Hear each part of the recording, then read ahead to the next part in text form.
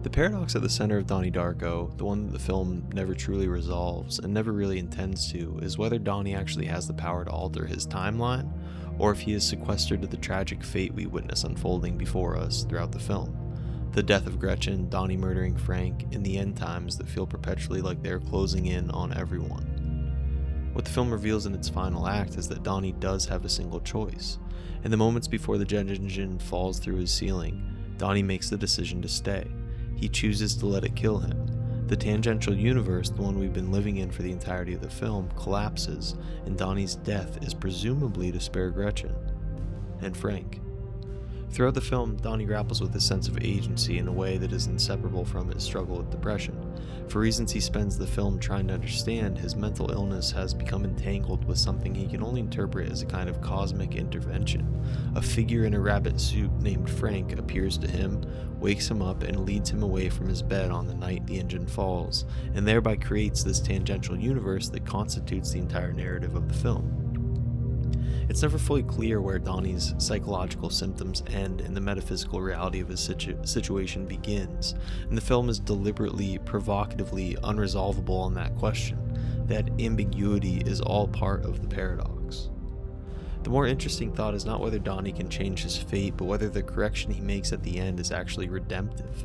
When he exits the tangential universe, the timeline snaps back to the moment it was disrupted, the engine crashes, Donnie dies, but that original timeline was never morally clean.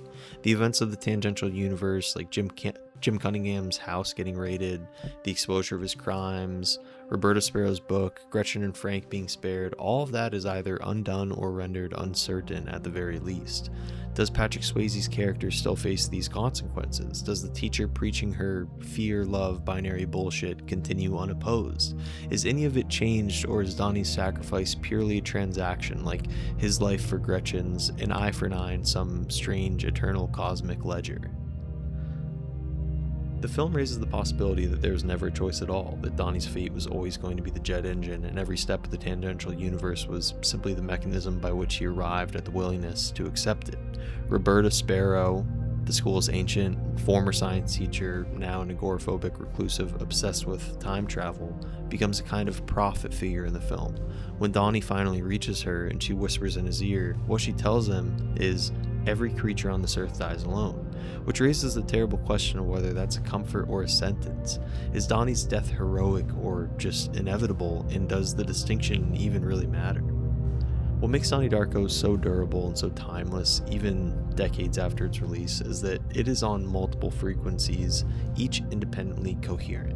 You can read it as a science fiction film about a tangential universe and a chosen figure tasked with correcting a cosmic anomaly. You can read it as a film about a mentally ill teenager experiencing a psychotic break. You can read it as a sustained critique of the specific hypocrisy of suburban American moral authority embodied by Patrick Swayze's character, his self-help empire, the teacher's minimizing in sainthood, by every figure in the film who projects moral certainty while concealing something rotten underneath.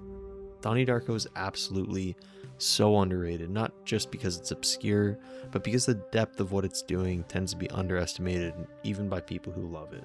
And if I'm being really honest, I don't even know if I understand it, but I do love it.